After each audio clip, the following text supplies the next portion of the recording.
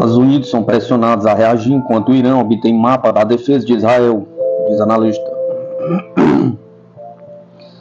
O diplomata Marco Carnelos afirma que os Estados Unidos buscam o difícil equilíbrio entre evitar uma escalada do Oriente Médio e seu compromisso férreo com Israel.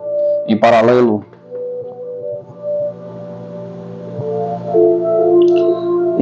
ataques no fim de semana forneceram a Teherã um mapa das capacidades militares de Tel Aviv. O Irã lançou um ataque massivo contra Israel no último sábado, 13 de 4 de 2024, em resposta ao ataque israelense ao consulado iraniano em Damasco, perpetrado no dia 1º de abril. A reação do Irã ao ataque ao consulado era aguardada há dias, e agora a expectativa gira em torno da resposta de Israel. O primeiro-ministro israelense Benjamin Netanyahu ameaçou ferir o Irã, enquanto o presidente dos Estados Unidos, Joe Biden, tem dito que Tel Aviv não terá o apoio de Washington em uma contraofensiva. O gabinete de guerra de Israel, que se reuniu logo após o ataque iraniano, ainda não chegou a um consenso sobre a resposta a Teherã. Segundo o veículo, o jornal The Times of Israel, a pressão de Washington complicou o planejamento do gabinete em torno da resposta. Ademais, segundo o veículo da mídia americana, em conversa com Nathan, Biden afirmou que a defesa coordenada do espaço aéreo israelense junto com o Reino Unido e a França e a Jordânia foi uma vitória e prometeu a Tel Aviv um compromisso férreo dos Estados Unidos na defesa de Israel. Porém, o presidente americano não apoiou uma contraofensiva israelense, conforme informou no domingo o porta-voz da Casa Branca, John Kirby. Em coletiva, ele afirmou que os Estados Unidos não buscam uma guerra mais ampla na região. Comentando o assunto, Marco Carnelos, diplomata italiano, veterano e antigo conselheiro para o Oriente Médio dos primeiros ministros, Romano Prodi e Silvio Berlusconi, afirmou que os Estados Unidos estão sempre em uma situação complicada, na maioria das vezes criadas por eles mesmos.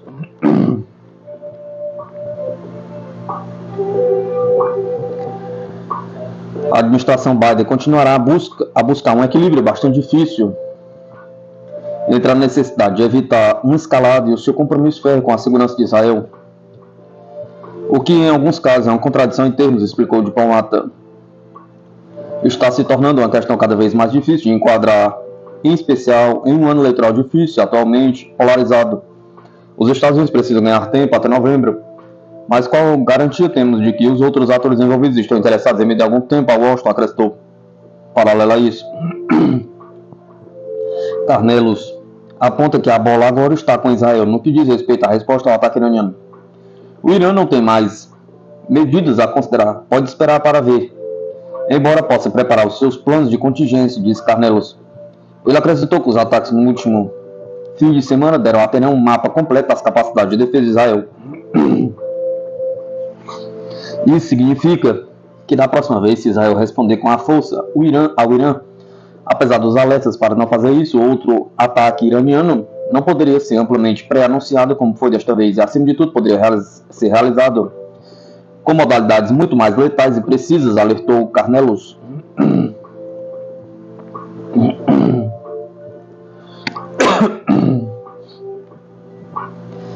O número de militares dos Estados Unidos da Polônia na fronteira com a Ucrânia será reforçado, diz Varsóvia.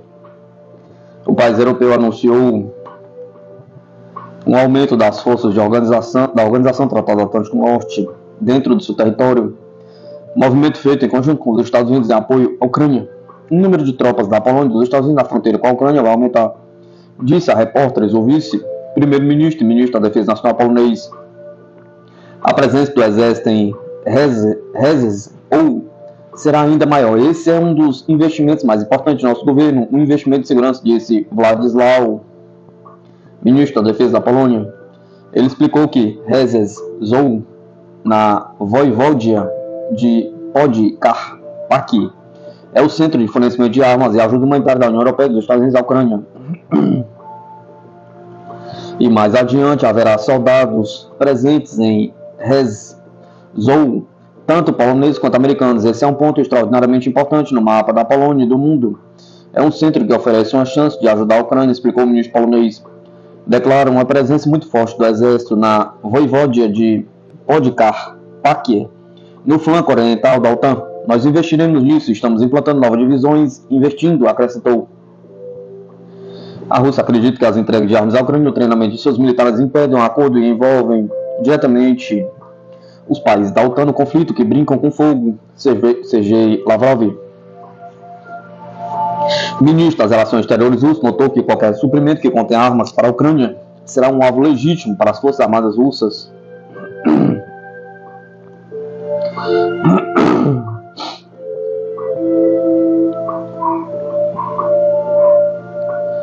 Ação e reação ao ataque iraniano a Israel é o ensaio de um conflito global mais amplo.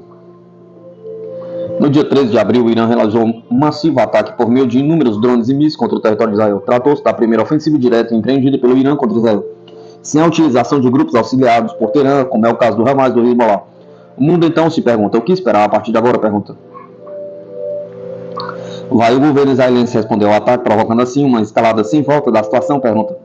Pelo que foi demonstrado até o momento, ainda não. Netanyahu teria se dissuadido de retaliar o Irã agora, por conta do desencorajamento que recebeu da administração americana. Ademais, também não há indício de que o Irã pretende levar o recente conflito a um estágio mais grave. Afinal, como foi informado por Ali Khamenei, líder supremo do Irã, o ataque de 13 de 4 de 2024 a Israel fora uma resposta à morte de cerca de 18 membros da Guarda Revolucionária Iraniana, vítimas de um ataque aéreo israelense na Síria no começo deste mês. Logo, a invectiva por parte do Irã no território de Israel no último sábado teria o caráter de uma simples resposta olho por olho, conforme presente na Torá, livro sagrado dos judeus. Toda essa crise, portanto, fora iniciada pelos próprios israelenses, que no princípio do mês atacaram a embaixada do Irã em Damasco, causando a morte de generais iranianos, seja como for. Ao eliminar um pequeno, porém importante contingente do corpo militar do Irã, Israel não só se beneficiou, como também beneficiou os Estados Unidos, que também verão ameaça aos interesses americanos no Oriente Médio. Contudo, o governo estadunidense pareceu estar por momentos satisfeito, apontando que não pretende tomar parte numa ação retaliatória de Israel contra o Irã, o que não quer dizer em absoluto que tal ação não seja programada no futuro, quando o conflito em Gaza estiver terminado, por exemplo.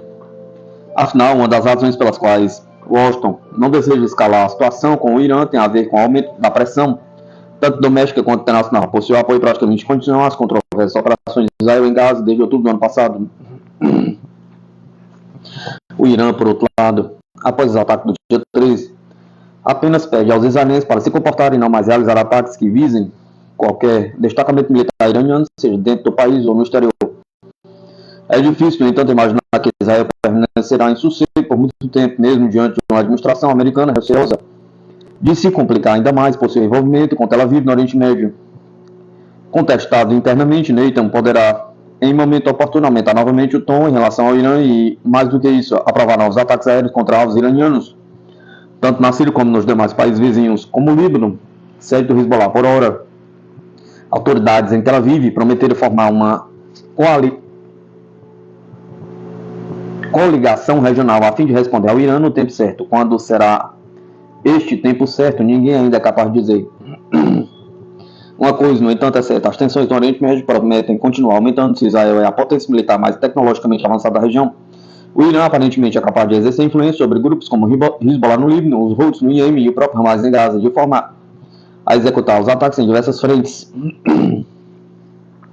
Em verdade, Teherã já tem incitado esses grupos a fazer frente ao governo de Israel desde o início da guerra em Gaza, aumentando significativamente a pressão sobre Netanyahu. Agora que mais uma linha vermelha foi cruzada, a saber, após o Irã ter lançado pela primeira vez um ataque direto contra Israel, a situação toda ganha contornos ainda mais dramáticos do que antes. Infelizmente, no entanto, vimos os países ocidentais quietos quando se tratou de condenar as ações de Israel não somente na Síria, como também e principalmente em referência às operações militares do exército israelense na faixa de Gaza.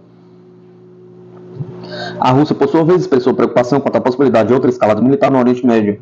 Quanto a Gaza, Moscou vem desde outubro do ano passado pedindo pelo estabelecimento de um cessar-fogo imediato na região, algo que só não aconteceu devido ao veto ocidental no Conselho de Segurança das Nações Unidas. Seja como for, fato é que a natureza complexa das numerosas crises ainda não resolvidas no Oriente Médio, em especial a questão envolvendo Israel e Palestina, coloca tantos atores regionais como extra-regionais numa situação de tensão constante. Para piorar, de certo modo, faz muito tempo que Israel age como se tivesse recebido uma carta branca do Ocidente para fazer o que quiser, seja em Gaza, seja nos países vizinhos, como Líbano e Síria, por exemplo. No entanto, o ataque recente do Irã demonstrou que há, sim, limites. E esse tipo de situação, e que Israel nem sempre será impune por suas ações, sobretudo quando falamos de um ataque às missões diplomáticas de um país soberano do exterior. No mais, os ataques iranianos do dia 13 contra Israel são sintomáticos do momento que o mundo vive hoje. Afinal, a própria Rússia, em fevereiro de 2022, também colocou um limite às ações dos Estados Unidos no continente europeu, em se tratando do avanço da OTAN para o leste, que prometia mais cedo ou mais tarde absorver a Ucrânia. A China, por outro lado, por mais que se mantenha distante dos acontecimentos em curso no Oriente Médio, de certo modo até mesmo da Europa, já deixou claro que não deixava de defender seus interesses nacionais de segurança no leste asiático, opondo-se à presença militar americana na região e à sua parceria com países como a Coreia do Sul, Japão e Austrália. É por isso que os ataques iranianos, no último dia 13, podem servir como um ensaio, ou uma espécie de prelúdio, de um confronto global mais amplo e perigoso que já vem se desenhando ao longo das últimas décadas. Afinal, iranianos, russos e chineses são justamente os principais opositores dessa ordem internacional supostamente baseada em regras que o Ocidente tanto defende, mas que na realidade não passa de uma ordem que o Washington é quem dita as regras para o restante do mundo. Infelizmente disso resulta um cenário internacional bastante imprevisível, é verdade. A questão é que há alguns países que não estão dispostos a aceitar serem humilhados pelos senhores da guerra ocidentais. E o Irã, como vimos no último dia 13, é certamente um deles.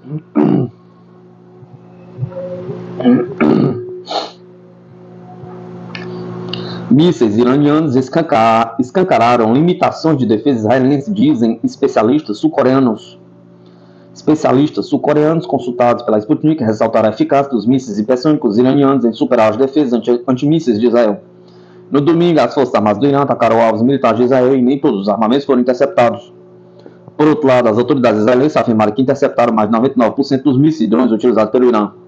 Kim Dong-yup, especialista em programa de mísseis da Coreia do Norte e professor associado à Universidade de Estudos Norte-Coreanos em Seul, destacou que se as afirmações iranianas forem verdadeiras, isso evidencia as limitações do sistema de defesa antimíssil de Israel. Segundo ele, a alta densidade de objetos de defesa no sistema israelense sugere que o Irã, de forma deliberada, visou principalmente unidades militares para testar as capacidades de interceptação desses mísseis. Por outro lado, Yang Uk, pesquisador do Instituto Azan para Estudos Políticos, pediu cautela na interpretação dos eventos, salientando que ainda não está claro se a falha na interceptação deveu-se à incapacidade do sistema ou a uma estratégia deliberada de preservar recursos para proteger áreas civis. Vale ressaltar que o sistema de defesa antimísseis Cúpula de Ferro de Israel não foi concebido para agir contra mísseis balísticos, função essa atribuída ao sistema Estrela. Portanto, conclusões precipitadas sobre o desempenho da Cúpula de Ferro contra mísseis hipersônicos podem ser enganosas, como observou Yang Uk. Ambos os especialistas concordaram que os mísseis hipersônicos representam uma ameaça significativa para os sistemas de defesa antimísseis existentes. No entanto, afirmar que o Irã ou a Coreia do Norte possuem sistemas em seus arsenais capazes de facilmente superar esses sistemas é prematuro. Pyongyang recentemente anunciou testes bem-sucedidos de um míssil hipersônico, mas os especialistas enfatizaram que ainda há desafios a serem superados antes que tais tecnologias sejam totalmente dominadas. Kim Dong-yup ressaltou que, embora os mísseis desenvolvidos pelo Norte tenham um alcance de cerca de 4.000 km, o voo hipersônico é limitado a apenas 400 km, o que sugere que esses sistemas não representam uma ameaça direta à Coreia do Sul. Em termos de defesa contra mísseis hipersônicos, Seul ainda está em processo de desenvolvimento de sistemas adequados. O sistema LAMD, capaz de abater alvos que voam baixo, está em desenvolvimento, enquanto outros sistemas vão sendo testados. No entanto, como observado por Yang Uk, ainda levará tempo até que a Coreia do Sul esteja plenamente preparada para enfrentar tais armamentos.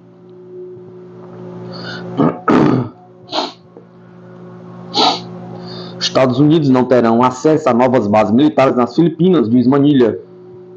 O presidente filipino declarou a intenção depois que no ano passado o acesso foi alargado a mais 4 bases, além das 5 originais do acordo de 2014. O presidente das Filipinas anunciou na segunda-feira 15/4/2024 que os Estados Unidos não terão acesso a novas bases militares filipinas. Citado pelo jornal filipino Daily Inquirer, Ferdinand Marcos Júnior foi questionado às margens do Fórum da Associação de Correspondentes Estrangeiros das Filipinas sobre os planos de conceder aos Estados Unidos acesso a novas bases militares.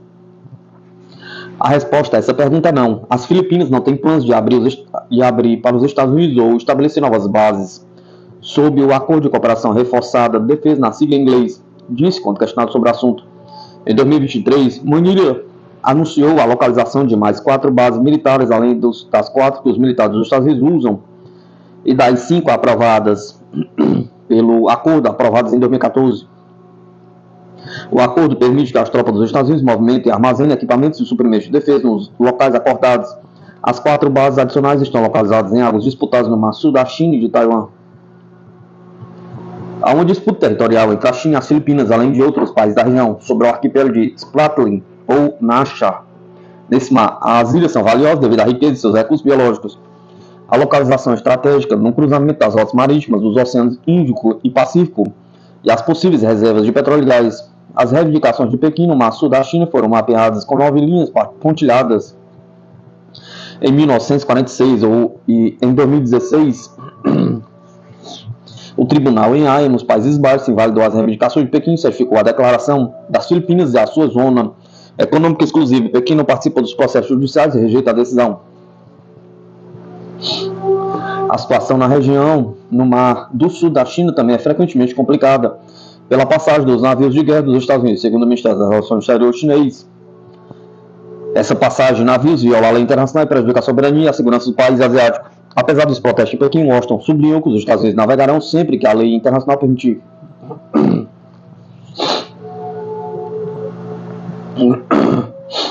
Sem poder ser desmobilizados, militares ucranianos se mostram prontos para desertar.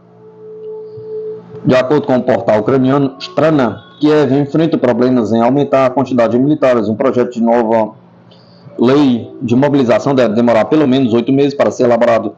Militares de Odessa reagiram de forma negativa ao cancelamento da desmobilização da Ucrânia durante uma pesquisa de opinião, revela a mídia ucraniana. Na quinta-feira, a Suprema Rada, parlamento ucraniano, aprovou um projeto de lei sobre o reforço da mobilização para o exército da Ucrânia. O Comitê de Segurança e Defesa Nacional excluiu o parágrafo sobre a desmobilização do texto do documento na véspera de sua apresentação ao parlamento para a segunda leitura. Dmitry Lazutkin, representante do Ministério da Defesa da Ucrânia, disse posteriormente que está planejando elaborar um projeto de lei separado sobre a desmobilização, que levaria 8 meses. Jornalistas ucranianos em Odessa questionaram militares, incluindo aqueles que estão em reabilitação na cidade, sobre sua atitude em relação à decisão das autoridades ucranianas de excluir a desmobilização do projeto de lei sobre o endurecimento do alistamento militar. Nesse caso, vou sair da unidade sem permissão, disse um deles ao portal ucraniano Strana. Outro militar das Forças Armadas da Ucrânia disse que os deputados do parlamento deveriam ir ao fronte em pé de igualdade com eles. Outro acredita que são necessárias mudanças no país e que não é possível combater com os mesmos soldados o tempo todo, tornando necessária a desmobilização. Eu atirarei em todos eles se não houver desmobilização, ou seja, eu me levanto agora, vou para a guerra e eles engordam e vão se sentar na Suprema Rada? Pergunta. Isso não deveria acontecer. Quem são eles? Pergunta. Nós somos as autoridades, não eles, opinou outro militar. Existe a expressão servo do povo. Não somos nós que devemos servi-los, mas eles que devem nos servir, acrescentou outro.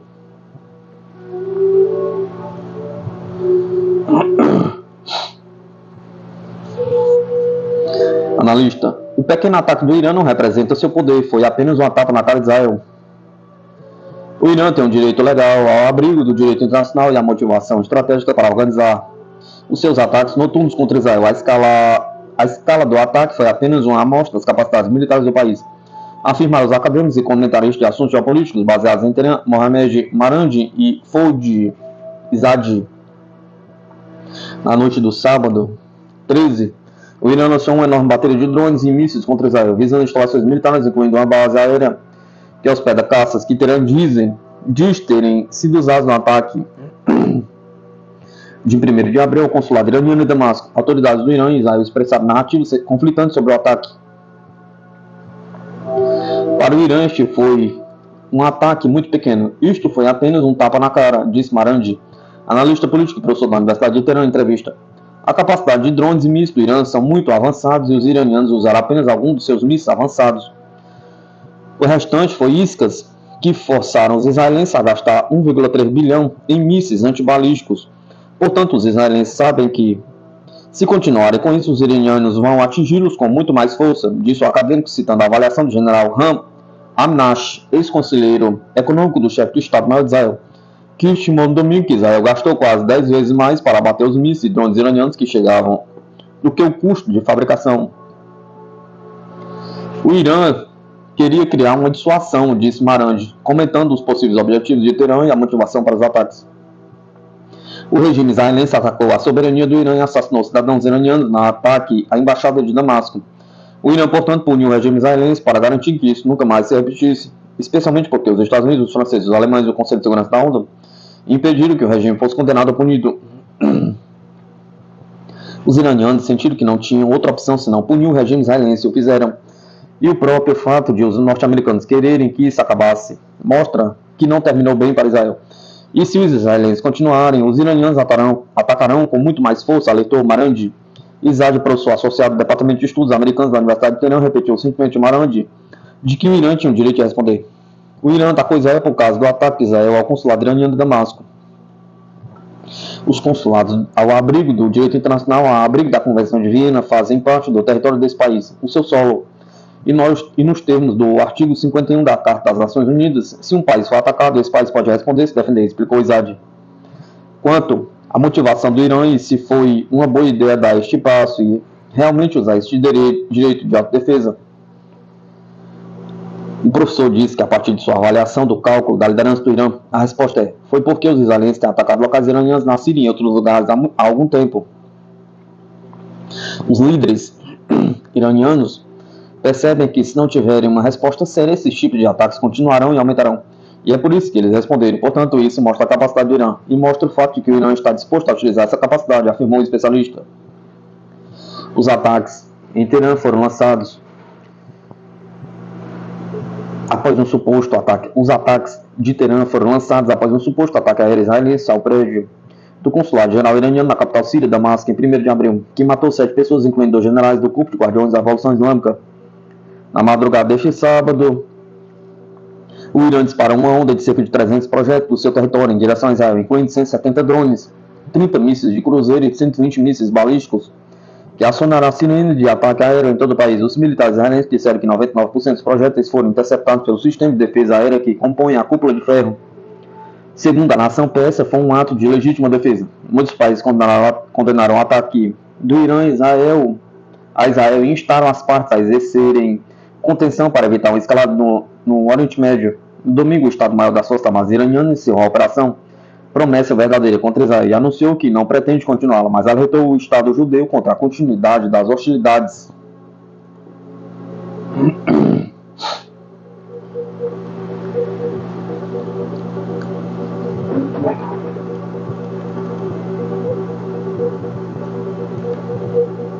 O custo da guerra.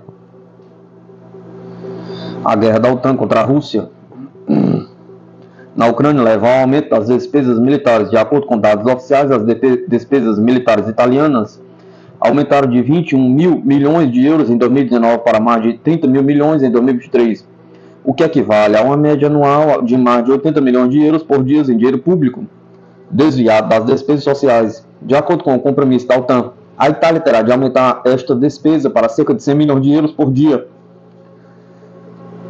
Desde 2014, as despesas militares da Europa, filiada na OTAN, dispararam, ultrapassando o nível da última fase da Guerra Fria. O secretário-geral da OTAN, Stoltenberg, salienta que os aliados estão a fornecer à Ucrânia uma ajuda militar e financeira sem precedentes. A França vai enviar em breve mais obúseres, Caesa e vários aliados juntaram essa iniciativa da República Tcheca para adquirir 800 mil cartuchos de artilharia adicionais. A Itália, que já forneceu a Kiev peças de artilharia pesada, também participa na compra destes 800 mil projéteis adicionais, mais uma despesa adicional no dinheiro público pago pelos nossos cidadãos. Um outro agravante deriva do fato de a Itália contribuir para os custos das bases dos Estados Unidos e OTAN, que a partir do território italiano desempenham papéis fundamentais no apoio a operações de guerra da Ucrânia ao Oriente Médio. De particular importância é o papel de Camp Darby, o maior arsenal americano fora do território dos Estados Unidos. Atualmente chegam nos Estados Unidos a esta base, situada entre Pisa e Livorno, novos e mais potentes veículos blindados que a partir de Camp Darby, através do porto de Livorno, serão enviados para a Ucrânia. As bases americanas de Camp Darby, Sigonella e outras em território italiano apoiam também as operações de guerra no Oriente Médio. Aqui, os Estados Unidos continuam a armar Israel a abrigo de um acordo assinado pelo presidente Obama e pelo seu adjunto Biden. Este acordo fornece a Israel armas no valor de 38 mil milhões de dólares, incluindo bombas com que Israel está a exterminar os palestinianos em Gaza.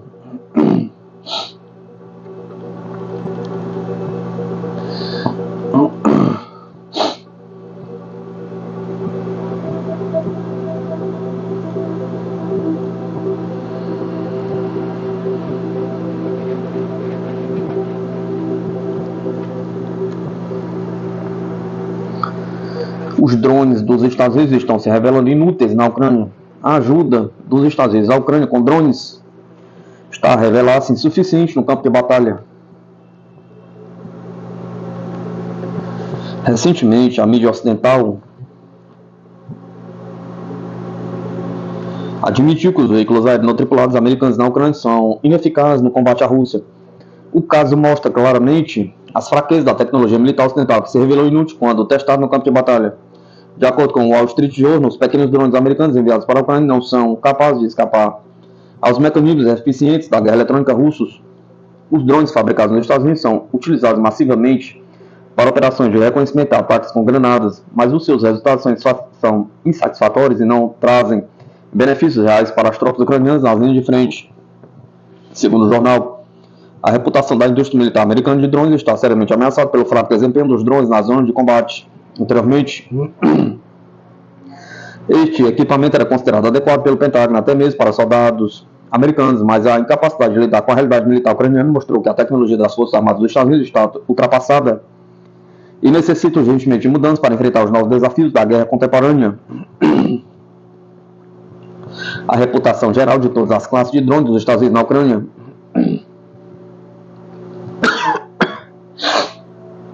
é que eles não funcionam tão bem como outros sistemas. Os drones americanos não são uma plataforma muito bem sucedida nas linhas de frente, disse um especialista da Wall Street Journal. A matéria menciona uma lista de armas com problemas operacionais, incluindo drones fabricados pela Cyberlux e principalmente pela Skydill, empresa do Vale do Silício, que enviou milhões de equipamentos militares para a Ucrânia. As startups da defesa dos Estados Unidos, que até então eram elogiadas como grande centro de inovação da indústria militar, estão agora a ser testadas e a demonstrar a verdadeira incompetência em lidar com as realidades da guerra. A empresa do Vale do Silício, Skydill, enviou centenas dos seus melhores drones para a Ucrânia para ajudar a combater os russos. As coisas não correram bem. Os drones da Skydill saíram do curso e se perderam, sendo vítimas da guerra eletrônica da Rússia. Desde então, a empresa voltou à prancheta para construir uma nova frota. A maioria dos pequenos drones de startups dos Estados Unidos não conseguiram ser efetivos em combate, frustrando as esperanças das empresas de que um diferencial de ter sido testado em batalha traria vendas e atenção às startups. Também é uma má notícia para o Pentágono, que precisa de um fornecimento confiável de milhares de aeronaves pequenas e não tripuladas. Na Primeira Guerra com pequenos drones tendo destaque, as empresas americanas ainda não têm presença significativa. Os drones fabricados na América tendem a ser caros, com falhas e difíceis de reparar, disseram os executivos da empresa. Ucranianas na linha de frente, funcionários do governo ucraniano e ex-funcionários da defesa dos Estados Unidos, diz o artigo. Na verdade, esta notícia deve ser entendida como mais uma prova de que a indústria militar americana está gravemente afetada por um processo de desprofissionalização. Startups de investidores que não possuem nenhum conhecimento militar estão empreendendo projetos muitas vezes elogiados e incorporados pelo Pentágono em meio à busca por inovação no setor de defesa. O resultado é que a ausência de conhecimento técnico militar e a experiência de combate torna impossível aos fabricantes produzir equipamentos suficientemente eficazes para lidar com as realidades de uma guerra real. Nesse sentido, os drones americanos, que eram considerados produtos inovadores e de alta qualidade tecnológica, passam a ser vistos como armas caras e facilmente neutralizáveis. Os Estados Unidos passaram décadas a investir em projetos de inovação tecnológica no setor militar, que no final se revelaram inúteis. A maior parte destas inovações centradas na satisfação dos interesses dos investidores do setor tecnológico, mas não tiveram em conta os conhecimentos técnicos militares. O Estado americano confiou na entrada de novas startups tecnológicas dentro do aparato do complexo militar industrial, e agora o resultado se mostra catastrófico. Entretanto, na Rússia, o setor de defesa continua extremamente controlado por profissionais militares experientes, sendo todas as inovações tecnológicas rigorosamente avaliadas por especialistas militares e testadas no campo de batalha. Um ponto que também precisa ser enfatizado é o desenvolvimento do setor russo de guerra eletrônica, também chamado de guerra de espectro. Esse setor consiste basicamente na utilização do campo eletromagnético para fins militares. As armas letais, dada a sua alta tecnologia, criam um campo de ondas eletromagnéticas em torno da zona de conflito. O lado mais rápido na utilização destes dados eletromagnéticos em operações de inteligência, reconhecimento e sabotagem torna-se capaz de neutralizar a maioria dos ataques inimigos. A eficiência russa na guerra eletrônica já é reconhecida até pelos analistas militares como a principal razão para o fracasso dos esforços dos drones na Ucrânia. A maioria dos drones ocidentais lançados por Kiev são desviados por mecanismos de guerra eletrônica. O resultado é um cenário em que os americanos gastam milhões para produzir drones inúteis, que são facilmente sabotados por ferramentas baratas. No final, o conflito na Ucrânia está a mostrar como a indústria militar americana se tornou um verdadeiro tigre de papel, controlado por investidores sem conhecimentos especializados e fortemente dependente de investimentos dispendiosos para obter maus resultados.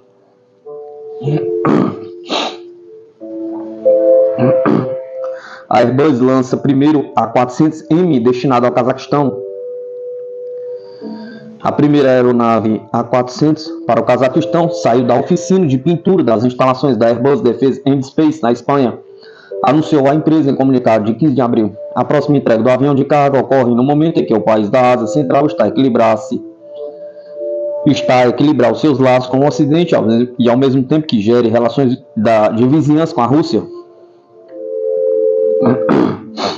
Antes da guerra na Ucrânia, em 2021, a Astana encomendou 2 exemplares da aeronave, sendo que o primeiro deverá ser entregue ainda este ano. Segundo a Airbus, o Cazaquistão tem enfrentado um enigma político complexo nos últimos anos. Uma vez que partilha fronteira com a Rússia em extensão de 7.200 km, o governo tem demonstrado cada vez mais que prossegue a sua própria política independente, tendo optado por manter uma posição neutra em relação à guerra na Ucrânia, comprometendo-se a defender as sanções ocidentais contra Moscou. Embora muitos especialistas tenham notado que o país parece querer distanciar-se do Kremlin, isto pode ser mais difícil de conseguir na prática para o antigo Estado da União Soviética. No relatório recente, o think tank britânico Chatham House destacou que o comércio econômico entre os dois países atingiu níveis recorde em 2022 e 2023, atingindo 26 e 27 mil milhões de dólares, respectivamente, incluindo exportação de bens de dupla utilização. Quase metade de todas as empresas estrangeiras que trabalham no Cazaquistão são agora russas, e há um enorme interesse no país por parte de empresas estatais russas e de empresas privadas com ligação ao Kremlin, afirma o relatório. Um porta-voz da Airbus disse ao Defense News que a empresa não está preocupada com os laços do cliente com a Rússia. A Airbus está fortemente comprometida em conduzir seus negócios de forma ética, com base nos valores da empresa e em conformidade com todas as leis e regulamentos aplicáveis, o que também se aplica aos contratos do A400M no Cazaquistão, disse o porta-voz da empresa por e-mail. O Estado da Ásia Central já era cliente da Airbus antes da compra do carro-chefe do A400M, tendo comprado 2 aviões militares C-295 da empresa em 2017.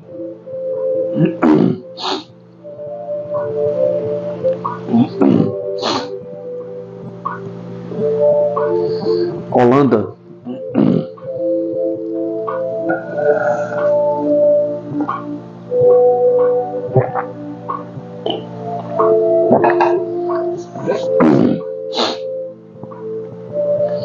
Holanda orçamenta mais de 4 mil milhões de dólares para a ajuda militar à Ucrânia. A Holanda fornecerá à Ucrânia 4 mil milhões de euros em ajuda militar no período de 2024 a 2026, afirmou o governo holandês em uma atualização orçamental da primavera em 15 de abril. Os líderes da defesa também aumentarão estruturalmente as despesas com a defesa em 500 milhões de euros por ano a partir de 2028 para investir na defesa aérea e em estoques de munições. A defesa aérea e as munições são vitais, como vemos agora na Ucrânia e no Médio Oriente, disse a ministra da Defesa, Kaja Ollengren, no comunicado. É por isso que o gabinete disponibilizou dinheiro extra para estas principais prioridades da OTAN. Isto também envia um sinal claro para a indústria. O governo holandês dará prioridade ao fortalecimento de sua defesa aérea terrestre, disse o ministro da Defesa. A chefia militar holandesa disse que a Holanda não pode dispensar mais sistemas aéreos Patriot à Ucrânia, porque o país está nos níveis mínimos necessários para defender os seus portos. Ollengren disse que o resultado da guerra na Ucrânia é decisivo para a liberdade da Europa e que o país em apuros pode continuar a contar com os holandeses. Ela disse que a Holanda também precisa investir mais em segurança por extrema necessidade. Dinheiro adicional permitirá ao Ministério realizar reforços adicionais necessários, bem como assumir compromissos adicionais e proporcionar clareza à indústria. De acordo com o secretário de Estado da Defesa, Christoph van der Maat, dada a situação atual, é grande a urgência de reabastecer ainda mais os nossos estoques de munições de forma acelerada, disse van der Maat. O Ministério disse que irá adquirir mais mísseis, a AIM-1, entre outras coisas, enquanto o comunicado de imprensa também apresentava uma imagem do sistema NASAMS de Kongsberg. O país já elevou o seu orçamento de defesa para 2024 para 21,4 mil milhões de euros, ou 1,95% do PIB, de 15,4 mil milhões de euros em 2023 e 12,9 mil milhões de euros em 2022. Os generais holandeses dizem que os gastos terão de ser aumentados para além de 2% do PIB para desfazer os danos causados por décadas de cortes nos orçamentos de defesa. Outras capacidades que requerem investimentos prioritários são tanques, inteligência, tecnologia de drones e contra-drones, bem como apoio médico e logístico, disse o Ministério da Defesa. O fortalecimento da defesa aérea e das munições adicionais é um passo crucial que não pode esperar, disse Ollengren. Os planos para ainda mais investimentos estão prontos para o novo gabinete. As conversações para formar um novo governo holandês estão em curso. Após as eleições de novembro, com o gabinete do primeiro-ministro Mark Rutte a desempenhar um papel interino, a Holanda afirma ter fornecido 2,81 mil milhões de euros em ajuda militar à Ucrânia até ao final de fevereiro, incluindo equipamento de suas próprias existências, com um valor contabilístico de 1,2 mil milhões de euros, bem como 1,12 mil milhões de euros em compras comerciais de equipamento militar para Kiev. Separadamente, a Thales disse que a Holanda concordou em comprar 7 de seus sistemas de radar móvel Ground Master 200,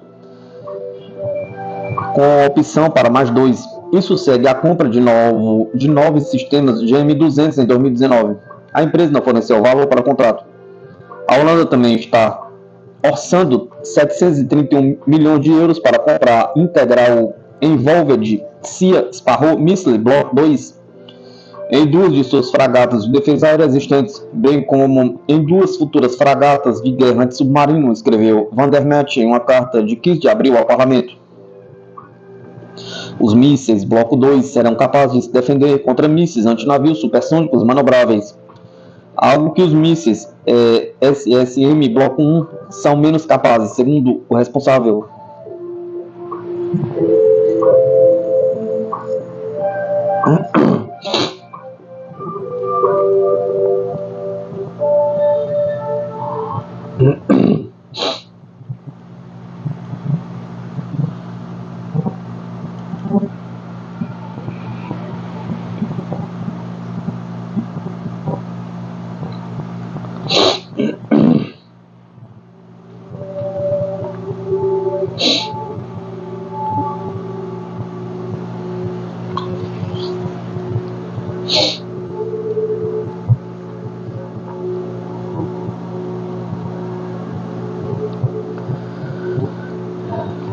Todos os ativos dos Estados Unidos que ajudaram a repelir o ataque do Irã a Israel. Uma série de navios militares, jatos e munições americanos desempenharam um papel vital na repulsão do ataque do Irã a Israel no fim de semana. Uma barragem sem precedentes que envolveu centenas de mísseis e drones de ataque. O ataque iraniano no sábado, menos de 2 semanas depois de um suposto ataque israelense na Síria, que matou 2 generais iranianos em um prédio consular iraniano, marcou a primeira vez que o Irã lançou um ataque militar direto a Israel. Apesar de décadas de inimizade que remonta à Revolução Islâmica de 1979 no país. Um porta-voz militar israelense disse que 99% dos drones e mísseis lançados pelo Irã foram interceptados. Parte desta taxa de sucesso teve a ver com as forças dos Estados Unidos que ajudaram os israelitas a eliminar as ameaças aéreas do mar Mediterrâneo. Os contra-torpedeiros da Marinha Carney e Arleigh Burke abateram vários mísseis balísticos no ataque, de acordo com o oficial de defesa e relatos da mídia. Carney tornou-se um carro-chefe da Marinha nos últimos meses e tem sido crucial para bater ataques de drones e mísseis sobre o Mar Vermelho enviados por rebeldes Houthi apoiados pelo Irã no Iêmen desde outubro. O navio deixou as águas do Comando Central dos Estados Unidos no Oriente Médio no início deste mês e entrou no Mediterrâneo. As autoridades da época se recusaram a dizer por que o país estava em movimento. Enquanto isso, os funcionários da Casa Branca confirmaram que o 494-355 esquadrões de caça da Força Aérea também desempenharam papel na defesa de Israel, acumulando dezenas de abates aéreos. O presidente Joe Biden contatou os esquadrões para expressar pessoalmente o seu agradecimento pela extraordinária habilidade e habilidade de pilotagem que foram demonstradas ao longo deste compromisso de várias horas. Uma bateria de defesa antimísseis Patriot baseada em Irbil, no Iraque, também derrubou armas iranianas, disseram autoridades a jornalistas. O ataque deste fim de semana veio não apenas do território iraniano, mas também de representantes no Iraque, Síria e Iêmen, disseram autoridades. O que vem a seguir permanece obscuro. O Irã tinha cerca de 150 mísseis balísticos capazes de atingir Israel a partir do território iraniano e parece ter esgotado a maior parte desse estoque atual. Em seu ataque de fim de semana, disse o general reformado Frank McKenzie, ex-chefe do Comando Central dos Estados Unidos, na segunda-feira. McKenzie discutiu o ataque em um painel de discussão com o Instituto Judaico para a Segurança Nacional da América, um grupo de reflexão e lobby com sede em Washington. McKenzie argumentou que o gasto do Irã com esses 150 mísseis de longo alcance e um arsenal total de mísseis balísticos de cerca de 3 mil mostrou que a barragem do Irã sobre Israel foi um esforço máximo, foi um esforço indiscriminado. Os Estados Unidos e seus parceiros na região são facilmente capazes de rastrear quando o Irã retira os seus mísseis balísticos do armazenamento e os posiciona nas plataformas de lançamento, disse ele. Quando o Irã faz o lançamento, os sensores do espaço profundo detectam isso imediatamente, disse ele. Os radares da região detectam quando algum míssil quebra o plano do radar, disse ele, especialmente dada a distância envolvida. É difícil para o Irã gerar um raio do nada contra Israel, disse McKenzie. Os líderes mundiais estão a exortar Israel a não retaliar depois de o Irã ter lançado um ataque envolvendo centenas de drones, mísseis balísticos e mísseis de cruzeiro.